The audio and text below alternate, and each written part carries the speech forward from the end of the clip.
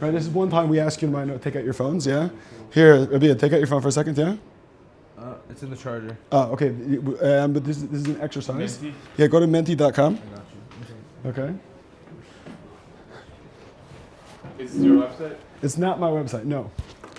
Okay, so you go to menti.com, great. I see what people. Oh, this is the same thing we just did. Similar, yeah. We want to see what the Ilam thinks, right? So we're gonna vote online, right, and see what our thinking is. Oh, we're doing this worksheet. What was that? Okay, then we're gonna see what the scale is. Okay, we have 1 to 3. Okay. What? Yeah. Okay. Yeah. Go through. Okay. Interesting. So okay, fine. We're gonna have to look at these. So let's see. Pretty much everyone agrees that there's been a continuous land. Okay. I think I'm the one that answered them. What was that? You're the one who answered. No, we want to finish. Sure. This is just all me. Right. Okay. Very good. Okay, 2 or 3. Okay. Boom. Okay. Let's see.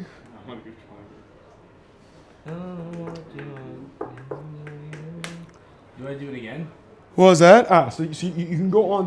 There's a next page. You say the 7th century, like I don't know what's going on, it depends. What was that? I don't know what the 7th century means. Like you give me a timeline. It's the 7th century. 7th century would be 7th century would be like the year 600. Right? Okay, fine. That was essential questions. Who's running DC? the world at that point? What was that? The 7th century? It's the Byzantine Christian. You're strong in this for each one, meaning No, what? I'm kidding. I didn't. I don't know the history. It was Let's see. conquered by the Muslim Rashidun Caliphate. Okay, question. Who does not think that understanding the Jewish spiritual connection to Israel? Me. You don't think so? Why do you completely disagree? Because how it's modern conflict, so if has nothing to do with that at this point. Mm-hmm. Okay, interesting. Jewish spiritual connection to Israel. It's not Jewish spiritual connection. It's more like Jewish rights. What do you define as the modern conflict? Exactly. It's pretty. The modern conflict. What's going on right now? Yeah. What is that? I'm saying there's quite a few things. Sure. Okay. Go ahead. Explain yourself. Are you referring to like the wars with Arab countries? Are you referring to the like eternal thing of like draft? Are you referring? I don't know what you're referring to. I'm primarily referring to the conflict with Arabs, less so to the conflict about draft. Usually when people talk about these, yeah. So my answer would stay because it has nothing to do with Jews fighting Arabs. Yeah, okay. So elaborate. Say more. What? Elaborate. Say more. If it were to do with the draft, then it would be okay. They want to learn. It's a Jewish. No, I'm just saying if it. Well, I think yeah. Then it would be spiritual, but because it's to do with Muslims who are not Jewish, there's no connection to Judaism there. It's just a war with a Goyish nation. Fascinating. With the Goyim, as we learned about recently. What's your name, by the way? Shalom. And where are you from? L.A. Shalom what?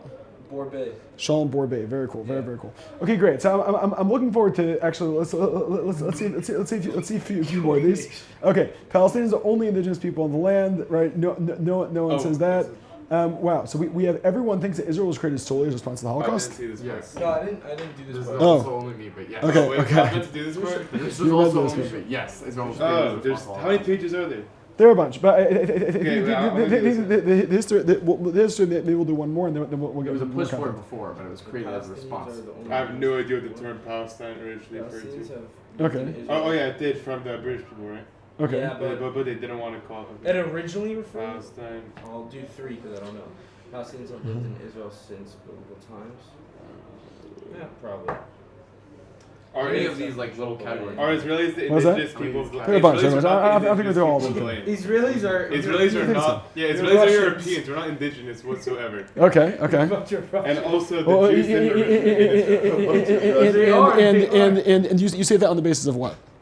Well, the majority is Russian. The ones that stayed were staying before. They were not Israeli. They were not. They were just there since the beginning. You're saying Jews are primarily Russian. Jews are not primarily Jewish. They're not primarily Russian. They're primarily Jewish.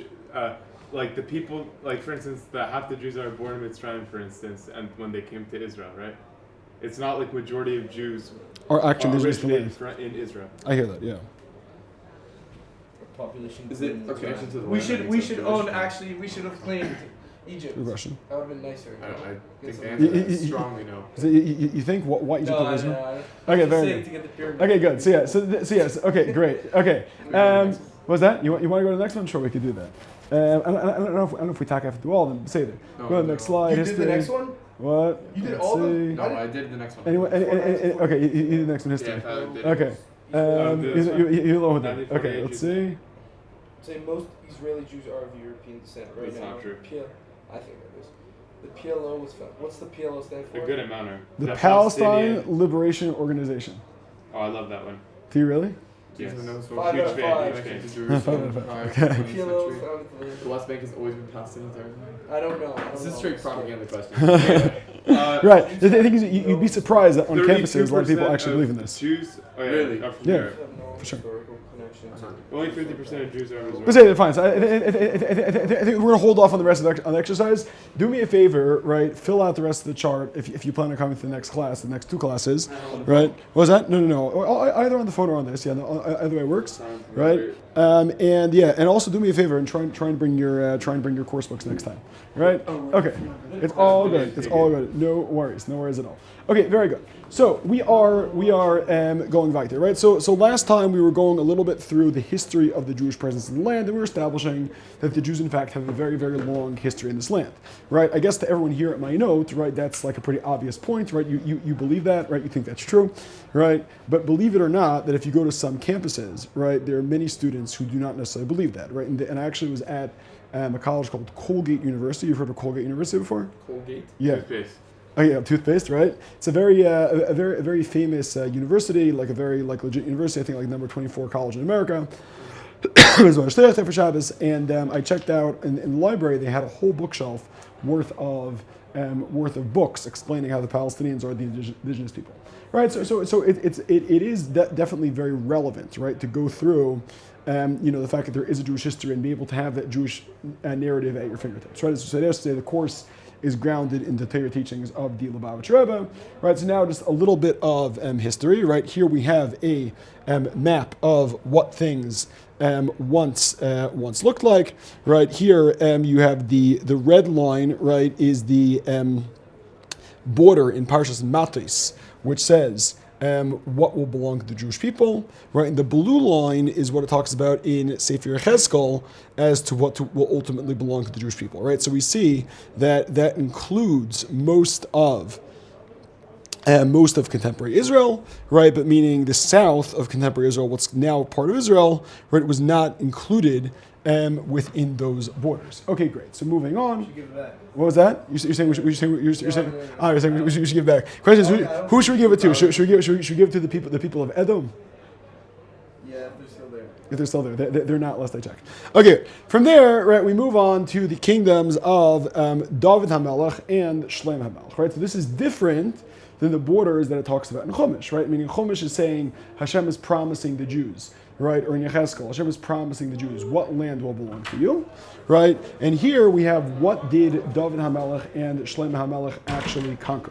Yeah, and we see that this is a lot of land, right? I'm curious if you guys, you guys are familiar with the daily Rambam cycle. Yeah, we started heard of it. Amazing. Yeah, you heard of it. Okay, good. So if you were following it in by any stretch of the imagination, right, in the past 2 weeks, right, you would have encountered the idea of that a king goes to war, right? A Jewish king goes to war, right? And he's allowed to conquer territory, right? So this territory that was conquered, right, is obviously seemingly beyond the borders that were discussed, right? That we saw there in the book of Numbers, right? Now it's also very interesting, right, that when Bibi Netanyahu talks about the Jewish claim to the land, very often he'll talk about the kingdom of David and the kingdom of Solomon. Why do you think he talks about the kingdom of David and the kingdom of Solomon and not about the divine promise? What would you say? Beryl, yeah? They were conquerors. Because they were conquerors. Okay, but why is that more exciting than talking about the biblical premise? Because biblically we shouldn't have as much land as we do. Okay, but last I checked, we don't own all this land. No, I'm saying, speaking to an audience that biblically is not going to make a difference. Interesting. So he actually said this in a very famous yeshiva, a 20-minute walk away from here. Oh yeah? Yeah. Where? It's called Merkaz Harav. You guys are familiar? Wow, that's You guys should totally go on a field trip to Merkaz Harav. Highly, highly recommended. Are they about Yeshiva? They're not Lubavitch. So I'm not going. Are you serious? Okay. No, it's actually very cool. We'll have to ask Gary Bro to send you guys on a field trip. Fine. Anyway, okay, good. So I'm just going to leave it as a question for you guys to think about. Right. So then as we discussed, right, the kingdoms got divided. Right. You had the kingdom of Israel and the kingdom of Judah. Right. Kingdom of Judah was Rechavam and his descendants. Right. Kingdom of Israel who was the first king in the kingdom of Israel? Yeravam, very good, right? And you'd read about this in the first book of Kings, right? Meaning, what's the general discussion in the first and second book of Kings? You want to know your Bible better than Nick Fuentes and Tucker and Candace, right? So, what's the general discussion in first and second Kings?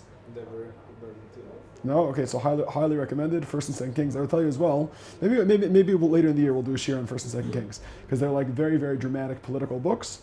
Right, but basically, First Kings ends with the demise of David HaMelech and the reign of Shlomo, right? Followed by the splitting of the kingdom, right? And then it goes through the stories of the prophets, right? All the way to the exile of the kingdom of Israel, right? So here it's just interesting to note, right? Here we have kingdom of Judah, right? Here we have kingdom of Israel, right? Here we have the kingdom of Edom and the kingdom of Mayav, right? What was generally going on in the kingdom? What do we notice, by the way, about here, right? This little blue area. Where is this? Over the Jordan, right? What was that? Jericho, right? Jericho is actually on our side of the Jordan, right? But note, right? So this would be what's called Ruvain, Gad, and the Chatzi Shevet Menashe. Okay, so let's just look a little bit here. Right here we have the Phoenician states, right? So Phoenician states are currently what country? Lebanon, very good, right? We notice the Philistine states, right? So the Philistine states are currently Gaza. Although we know Ashkelon and Ashdod, right, are owned by us today. Although it's interesting that Yihya Sinwar was apparently from Ashkelon. The Arabs very, very much want that back. Okay, and Stam, if you read the book of Kings, right, you hear about all the wars in Mayav, Edom, and Damascus, primarily against Israel, but sometimes against Judah. Right, of these kingdoms, right, which was the strongest kingdom and the most threatening to the Jewish people? No, so actually the kingdom of Aram, Damascus, was the most threatening to the Jewish people. The Philistines are a big issue in the book of 2 Samuel, right, and a little bit in 1 Samuel as well, right, which discusses... What was that? I barely learned Shimshon. Okay, yeah, well, so Shimshon is the book of Judges, right? Exactly, yeah. So in the book of Judges, right, Shimshon is fighting with the Philistines. Exactly, right. But I mean, the point is, right, all these are just good to know, right. So I mean, as a Jew, right, as someone with a luxurious beard like yourself, or as somebody walking around with a black yarmulke, right, and tzitzis, right, who looks like and a white shirt, right, who looks like a very exactly.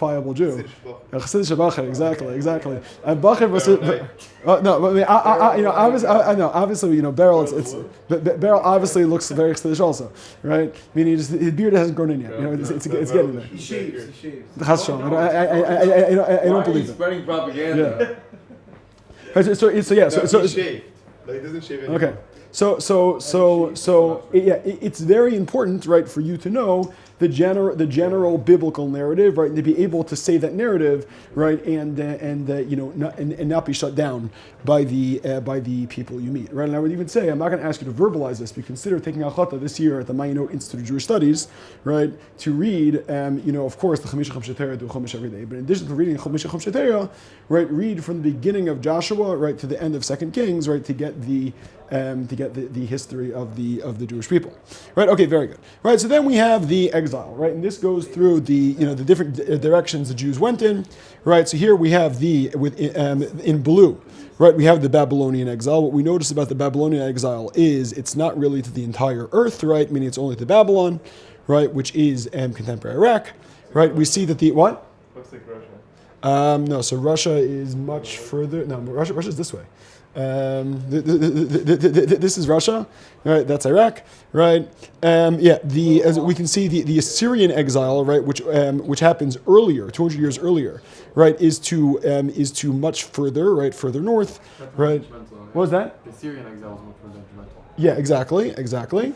Right, and then you see the Roman diaspora, right? And that like mamish takes us around the world, right? To Italy, right? Is that Greece? Yes, probably. And then all around the world, right? So fine. So that kicks out for a long time. Now, this is a very interesting graphic, right? This gives us the population of the Levant, right? What's the Levant? It's the native people of Israel. No. Okay. So what is ISIS? ISIS? Mm-hmm. What's the status of ISIS? It's a frat. Yes, but what it could be a frat, but I think that they kill people in that frat. Right? Okay, good. So in ISIS, okay. So what do we think ISIS is Russian famous for? I have no idea. Olive Summit. Okay, so I stands for Islamic. I can give you a hint, right? Oh, Okay. Islamic State Islamic. Republic. No, ISIS or ISIL, right? Is ISIS, no? It's either known as one of the two, right? ISIS or ISIL, right? So meaning I'm mentioning ISIL because of the word. Indigenous secular Islamic.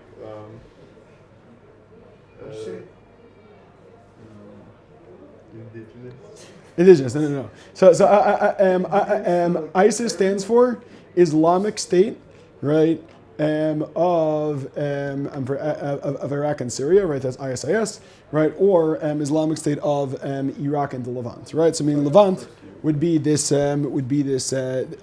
general area, right, which includes Israel, Jordan, Lebanon, and part of Syria, right? So we're looking here at the population of the Levant over time, right? Why is this relevant? Because we want to understand about the Palestinian people and the Jews, right? So if we look in the year 0, right, what's happening in the year 0? The one being created.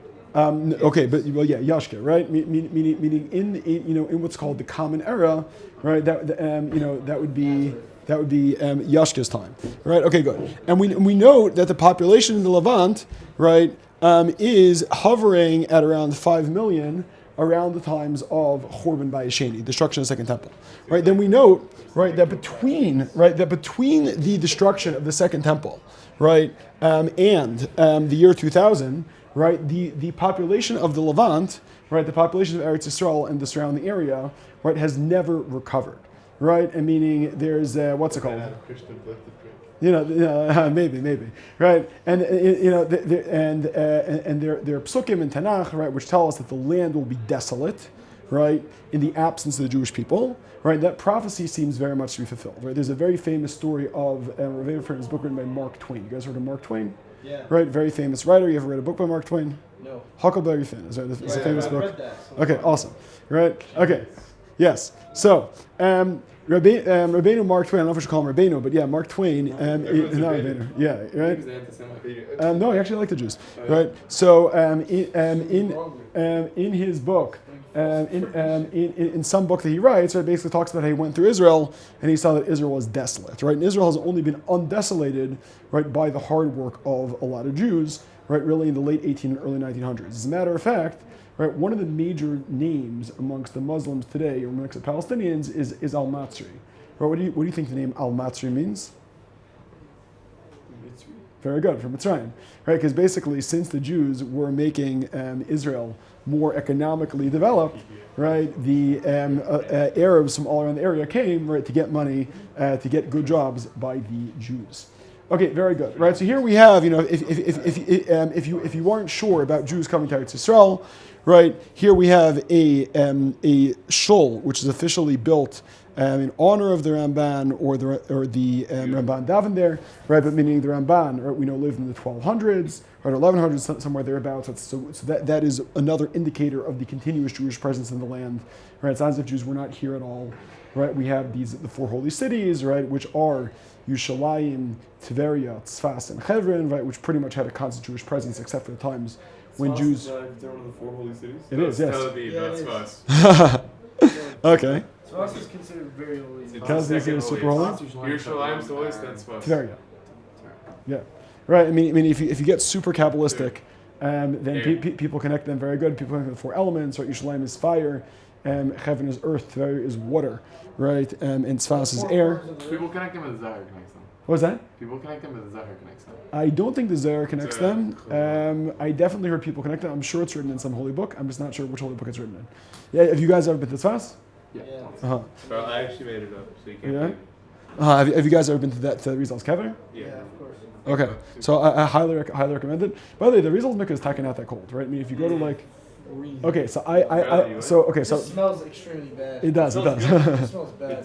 It depends what time of day you go, but I will say, like, if you go in Judea and Samaria, right, like these pits, like in Judea and Samaria, these ancient wells, they're much colder than the Arizal. Meaning, or even like I traveled in upstate New York, and it's much colder, you know. But Biazme, right? I mean, the point of this being though is that Arizal is buried in Saz in 1572, right? This is yet another indication of this continuous Jewish presence in the land. Right? It's not that Jewish people were here 2,000 years ago and they magically disappeared and they magically reappeared. Right? Rather, Jews were here all along. Right? And really, a lot of the most fundamental books that we as Jews read that were written in Gaul. So, for example, the Shulchan Aruch, right, was written where and when? It was in Germany? No, the Shulchan Aruch was written in Sfas in around 1550. Right? And the Arizal, right, who all, meaning as, what do you guys learn in Chassidus now? In Chassidus class. What do you guys learn now? Personally? Yes, seriously? No. Okay. Well, like in Chassidus Bakir, who do you have? Rabbi Cohen? Yeah. Okay, so what is Rabbi Cohen currently teaching? What He's doing topic? his own sefer, which Like is we kind of learn like by serious more business. pretty much. It's like like pretty much serious goes over a business. subject and then he takes my more out of it. So like what Martin, for example? I don't know, he just takes he takes excerpts out of it. Got it. Okay, cool. Covering right now. You can look it up. Okay. 1 second. What up? Ria and Shemia. Ria and Shmiya. Okay, very good.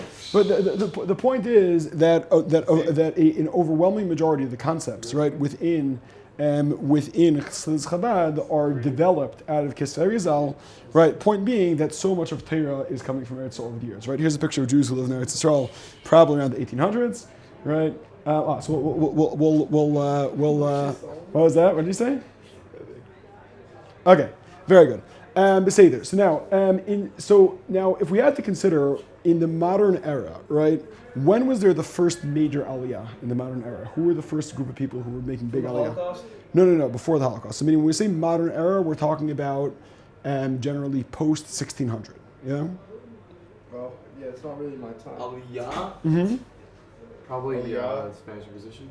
Okay, the Spanish Inquisition is right before, but yeah, there was a major group of people who came. Right, for example, the Arizal, right, and Chaim Vital, all those people are, Rav Yisakar, they're all coming primarily from the Spanish Inquisition as a result of Crusades a long time ago. Yeah. So meaning, okay, let me reformulate the question. Right, between 1600 and 1900, who were the first major groups of people who make Aliyah and why? Zionists. Oh, okay. What do you think? No idea. Okay. And your name again? Shalom. Shalom. From LA. Yeah, Shalom from LA. What? I don't know.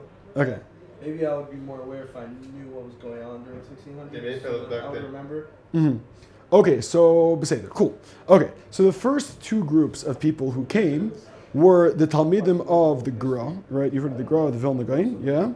And Talmidim of the Baal Shem Tov, right? In particular, Rav Menachem Mendel Vitebsker, right? And the Rav Rom Kalisker. Right now, what's significant if you're as hardcore Lubavitcher Chassidim like we are here? What's significant, right? But why is that so funny? Yeah, right. Okay, so what's significant, right, about Rav Menachem Mendel Vitebsker and Rav Rom Kalisker, right? This is like advanced Mayanot studies. So putting your like advanced caps, right? Why is Menachem Mendel Vitebsker and Rav Rom Kalisker? Why are they significant in Chabad history? First people in Israel. OG Baal Shem Tov Chassidim? So there was Chassidim with the Magen, but yeah, good. But basically, Menachem Mendel Vitebsker was sort of like the Alter Rebbe's Rebbe and like sort of his boss, right? His mentor, yeah. And Rav Menachem Mendel Vitebsker was the leader of the Chassidim in Russia, right? And the reason why the Alter Rebbe became the leader was because Menachem Mendel Vitebsker told him, "You should stay behind in Russia. You'll be the leader, and I'm going to Eretz Yisrael." Right? And the Alter Rebbe really wanted to come to Eretz Yisrael, but he basically took one for the team. He stayed in Russia, right, because he understood that he had a sacrificial position of leadership to do for the Jewish people. Now, it's interesting today, right, the Alter Rebbe is obviously much more famous than Rav Menachem Mendel Vitebsker, right? Could anybody name a book by Rav Mendel Vitebsker?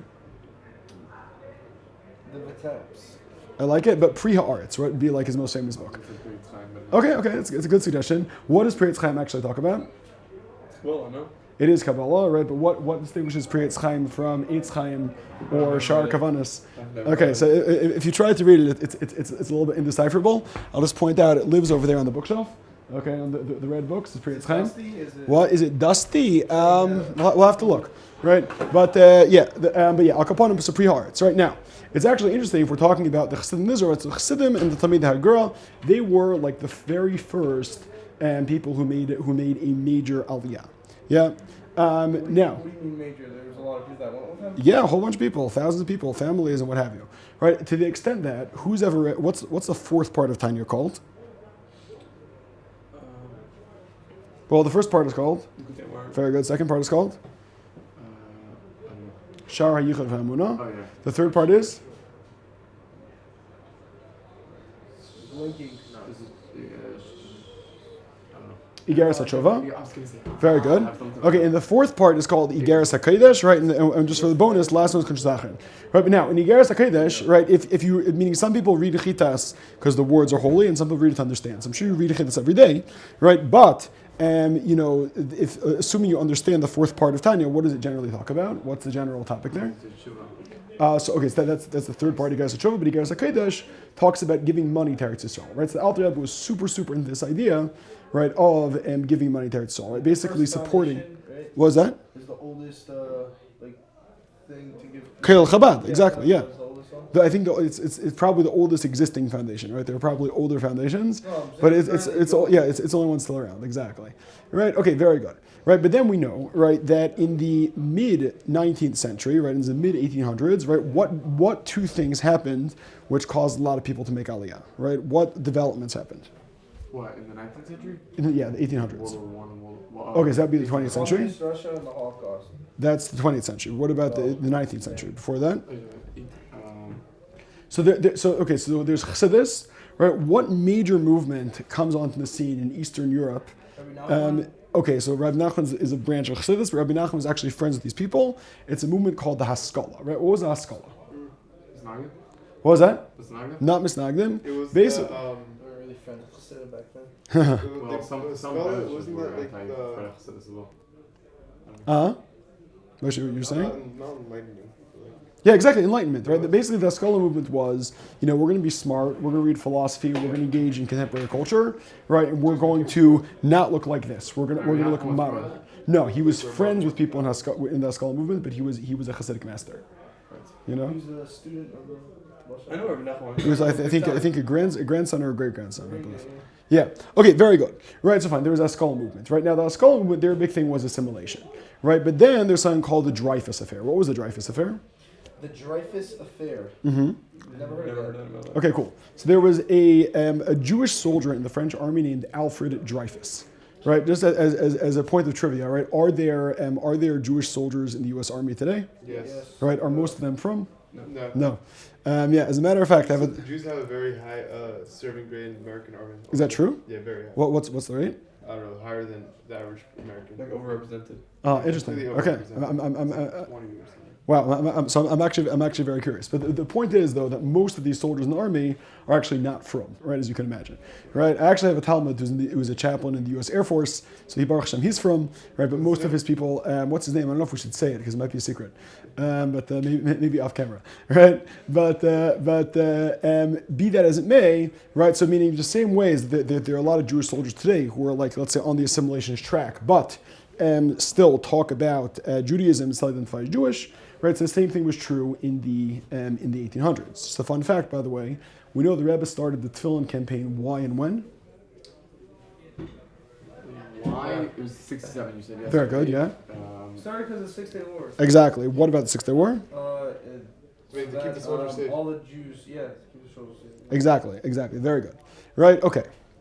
So it's actually interesting. There's a letter from the Rebbe in 1943, right, where he's writing to a mother whose son is fighting in World War II, and he tells the mother, your son should put on tefillin every day, right? So the tefillin thing, although it was a major thing that started in 67, where it was always a theme. Point being that the Jews, right, were always serving in foreign armies, right? There were even Jews in the Roman army, right, who fought against Yerushalayim, believe it or not, right?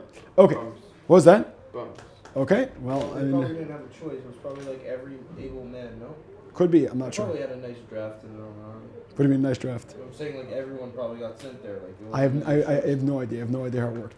Anyway, there's this guy, Alfred Dreyfus, right? And Alfred Dreyfus was a shtickle assimilated, and he was an officer in the French army, right? So there were some anti-Semites who said, Alfred Dreyfus was plotting to kill someone, right? So they exiled him, and they broke his sword, right? And they humiliated him, right? Then it turned out that the whole thing, the leader of the army at the time for France was? Who? I'm asking. I think is after Napoleon. Oh. Yeah. But say that. Fine. So they humiliated this Alfred Dreyfus guy, right? And there was a young man named Theodor Herzl, right? What about him? Everyone knows about Theodor Herzl. What do we know about Theodor Herzl? Why did you?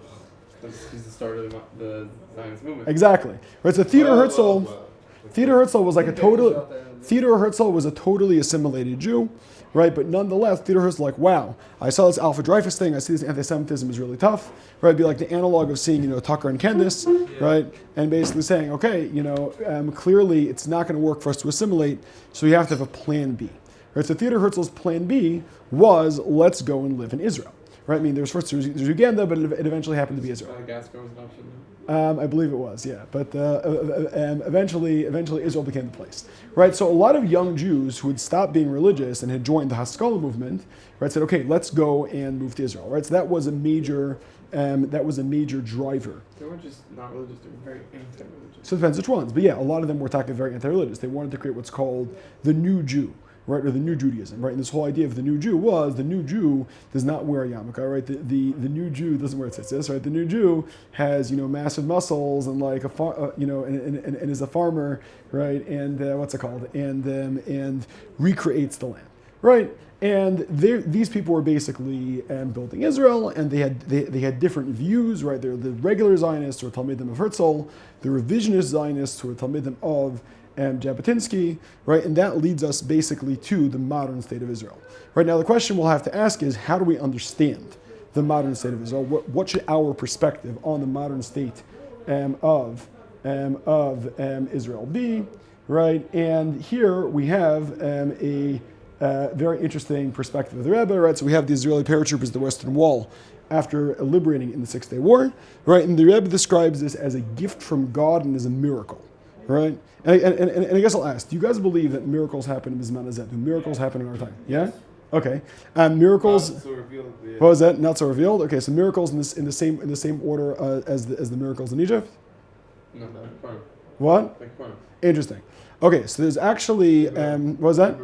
Yeah, really. Which Maimer? It was in this Chassidim course. Oh, in the Chassidim book. Okay, We cool. were saying that within the miracles, within revealed miracles, there's two types. Nessun Teva. We learned about Nessun Teva. What was that? We learned about Nessun Teva. Nes and Teva, very good, very good. Right, okay, so you're right, meaning that in Chassidus explains in many places, right, there's different types of miracles, right, the different miracles come from different names of God, right, meaning, some miracles come from Elikim, come from Shem Shakai, some come from Shem Havaya, right, but it is very interesting when the Rebbe talks about the miracles of Israel. What? No, I was just telling you, my grandfather was a part of the... Was he in the picture? Yeah, I recognize him. That guy in the right looks like him. He's not in the picture, no. Uh-huh. Pretty cool. It is pretty cool, yeah. Yeah, what was that? My mom. Right, so what was your grandfather's name? His name is Yitzchak. Oh, he's still alive? No, he's not alive. Oh, he was. Okay, so what's the last name? Abu Chatzela. Really? Yeah. Very cool. Related to Baba Saleh? Yeah. Wow. Okay, Chassidish. Okay, great. So yeah, so it's fascinating, right, that the Rebbe describes, right, the miracles of 1948, the miracle of the Six-Day War, right, and the miracle of the Yom Kippur War as revealed miracles, right? So that's a very striking thing, right? And the Rebbe says this line of Seinu le're'inu, right, which means that we have not seen our miracles, right? So generally, the line of Navi is Seinu le're'inu, right, is meant to be saying that there are no miracles. They're saying no, there are these revealed miracles. We are just not perceiving them. We're not being aware of the fact that these are revealed miracles, right? So that's a very, very striking thing, right? And that gets really into the complex discussion about the extent to which the Rebbe is what we might call a Zionist, but be that as it may. But anyway, go ahead. Yeah, you have to classify what a revealed miracle is. Oh, okay, fine. So that's a very, very big puzzle. Right, I can give you examples. Right, so in last week's parsha, right, the Rebbe, there's a Maimer of the Rebbe Shab called Baruch She'asa Nisim Tafrei Samach Daled. right? So in that Maimer, right, the Rebbe Rashab looks at last week's parsha, and he talks about Yetzias Mitzrayim, right, and the miracles of Yetzias Mitzrayim, the 10 plagues, right? He talks about the mun, and he talks about the slav, right? Meaning the mun we know was like the food, right, and the slav was the birds, right? Okay. So the question is the slav a miracle, a revealed miracle or a hidden miracle? What was it? Slav was that the Jewish people were hungry, right? So God sends a lot of birds for them to eat in the desert. Slug is like I would think that's a hidden miracle. Oh, so the Rambam Mar Nevuchim actually writes that's considered a revealed miracle, right? And there are also people who have whole books on Yetzias Mitzrayim, right, explaining, really you should know that Yetzias Mitzrayim, the fact that the water turned to blood, really it was like there was like some algae infection. Red algae came into the river, right? As a result of that, all the frogs died, right? So there's Tzfardeya, and then once you have a lot of dead frogs, then there's a kinim, right? There's lice who come to eat the dead frogs, right? And apparently that inspires the Arev. Once the Arev happens, and you have Dever, right? So they try to explain it all naturalistically, right? So meaning there comes a point at which it can be like very, very. It's a very, very fine line between what's a revealed miracle and what's not a revealed miracle, right? So it is actually quite radical that the Rebbe in many places describes the establishment and the wars of contemporary Israel as revealed miracles. But maybe let's bookmark that point for the moment, right, and move on a little bit. Okay, so here we have, right, June 10th, 1967, right. This is what Israel conquered. Right, so question, right, in terms of what Israel conquered, in terms of what Israel conquered, right, what do we still retain today of all this plan that Israel conquered back? The late part. You're saying this part? Yeah. Okay, do we retain this part? Yeah. No. Do we retain that part? Yes. We Do we retain this part? Yeah. Okay, but what about that part? We gave it back. Exactly. We gave it back. I don't know if we gave it back. We gave it away, right? No, it's part of the deal. It was What was an that? amazing gift. It was an amazing gift. Yeah. So it really helped our progress. Exactly. Right. Basically, the Rebbe spent years and years and years talking against this deal. Right. Meaning, if you look at many of the Seches in Tafshin Lam Neches in 1978, the Rebbe just railing against giving away the Sinai Peninsula. Right. Yeah, and it was eventually given away in around like 1981, 1982. 2 weeks later they give it back. No, not 2 weeks later. It feels like 2 No, it's not 2 weeks later. They conquered in 1967. They gave it back in like 1982. Only Jews would do that, by the way. Feels like that. No one in the country would do that. I think I'd just be like, Or give back get on lands. face. They Probably. did real reparations. It's not quite reparations. Reparations is you're paying money, for somebody having a Only bad time. Jews would have the kindness to give back such a chunk of land. 100%. That's exactly what the Rebbe said. War against the Palestinians. Nothing. They did it so they could have an excuse 30 years later for Yeah, Gaza. we get it back, and genocide. therefore we're allowed to kill everyone in Gaza. Nothing to do, right? Okay. Now, I guess since we're talking about this, right? What? First of all, right, that the Sinai Peninsula is basically twice the size, or basically the same size, if not larger, right, than contemporary Israel, right? But what are some good reasons, right? Why would we want to hold on to the Sinai Peninsula? buffer zone. Oil. Very good. How do you know about that?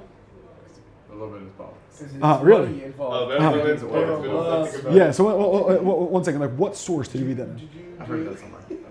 Do you hear it from like Ben Shapiro, from Candace Owens? something like Okay, cool. Because it's actually interesting that the Rebbe, right, talks about the Sinai Peninsula all the time, about the oil, right? And Egypt makes millions of dollars every year, right, in oil from the Sinai Peninsula. But I'll note two other things, right? You guys have Buffer heard zone. buffer zone. That's Exactly. like Say the more. number one thing, way more than oil. It's like you Or Right. Way more strategic. Right, because now there are Egyptian tanks all along here, right? I have friends who are fighting in southern Gaza, right, by Rafah, and they told me that they're right by the border between Gaza and Egypt, and behind them they see masses of Egyptian tanks, right? So that's one reason why the Rebbe thought it was a very bad idea to give away the Sinai, right? Meaning to say, in the Yom Kippur War, right, in order to attack, the Egyptians had to cross the Suez Canal, right? Can you imagine? Right, if in the Yom Kippur War, the Egyptians had been here, right? And the reality is that Egypt has been developing their army more and more and more, right? Since 1982 until now, right? They've even been given a lot of money and planes and weapons by America, right? So if God forbid Egypt were to attack, we would l'cheira, right, be in very, very serious trouble. Although I'm curious, Beryl, do you think if there was a war with Egypt, what are your thoughts? Do you think that Israel would win or Egypt would win? I think it's over. Why do you think Israel would win? I don't think anyone will. You asked me why personally? Yeah, Because we have the backing of the United States. interesting. Egypt also. Okay, so actually, I asked a famous military theorist in Washington It'll be a tie. who we thought would win. He's like, yeah, he's like, a lot of lives would be lost, but the Jews would win. You know why? Because the Egyptians are Arabs, right? That's what he said. Right. The thing is, right? This is what he said. Possess Right. nuclear weapons. What was that? They also don't possess nuclear weapons. Yes, that's it. Well, That's a very good point. Non-nuclear war, Israel they is have never going to F-14s. use their nuclear. Yeah. You never know. Very strong military capability. You never know. We're too kind. Okay, but then right, we have modern Israel, right? So here we have Gaza, right, which is a little bit of a mess right now, right? And then we have these areas, right? So who can tell me about the Golan Heights? Reb Shalom, yeah. What do you know about the Golan Heights? Not too much to talk about it. Okay, sure. Not I a don't know story. enough to talk about it. I'm not Right. Mountains. Yeah, Beautiful place. yeah. Ma'am is a beautiful place, which was conquered from Syria. It happens to be, by the way, that now Israel is encroaching more and more into Syria, though we're not conquering the place. Actually, over Shabbos, I met a guy who is a Lubavitcher, a part of a tank unit. We're low-key taking over Syria right now? We're not mamish, but over Shabbos, I met a guy who's in a tank unit whose tank was like 17 kilometers into Syria, deep into Syria. Sick. And that Right. didn't call for a full-on war? The Syrian government's No, so basically There's no like this, president, dude. right? There was a president of Syria named Bashar al-Assad. He's in Russia. Right. chilling. Yeah, basically. Right. I don't know. Chilling. He's probably being protected. He might fall out a window. You know, we have to be. I'm being lectured by Putin right now. You think maybe it could be. It could be. But Probably him is The like Mossad eating agents grapes. who control the world, those Jews, Right. probably I get agree. him. No, they actually do. Yo, It's Putin's big. slowly losing all his proxies. yeah. It's Assad's definitely- rough stuff. Putin is losing his proxies. Putin actually has a pretty good relationship with Israel. Yeah, I think Yeah. it is. He does. I don't know. Only because he's Israel- forced to. You know who the biggest backer of Iran is? Russia. No. Okay. Biggest backer of Iran is actually Israel because Israel wants an excuse to attack them. Yeah. What did you say? What was that? Repeat it. The biggest backer of who is who? I actually want to listen. I'm trying to read. The biggest backer of what and what and Of who? Iran is Israel because Israel wants a good reason to attack them. Okay. Sure. It's interesting theory. Okay, very good. So Baruch Hashem, we got to hear a little bit about your opinions about the contemporary state of Israel and the conflict. We got to learn a little bit more history, right? Learn some fun facts like what that Pri Etz Chaim's book of Kabbalah, right? That that Nachman Vitebsky was the guy who was behind the first Aliyah, right? And hopefully next time we will get more into the history of the wars of the Arabs against the Jews, right? And finding out that it didn't just start in 1967, right? Because a big claim by a lot of people on campus till here, right, is that the wars only started because we took Tefillah in 1967. What we'll learn, right, is ever since Jews started coming back, there was a lot of violence against Jews, right? The violence really starts in earnest in what year? Always. No, but like what year? No, so actually even far before 1948. No, 1927, but 1929 is like the major shift. Okay, Shkaya, thanks for coming out. That was very interesting. Have you Okay, I'm glad you enjoyed. read Eina Barim Smecha? I have read parts of it. Yes, amazing book. Are you making Aliyah? No. But you read Ema Smecha. You didn't take it seriously. But you read Ema Smecha. I know about it. I've read some of it, but Uh-huh. no, my father is a big believer. But so does your father live in Israel? No, he wants to do Aliyah the second he could. Oh yeah, It's awesome. from here actually. Then you No, can he check didn't. that in. What? He did not ban him. What You got booted from Israel. was that? What book? Oh, Ema Ban Smecha. So one second. Let me just put this away. But yeah, it's a very interesting book by this rabbi named Rabbi Teichtal. Right. Actually, you guys know ASU, Chabad Arizona State University. So he's actually an ancestor.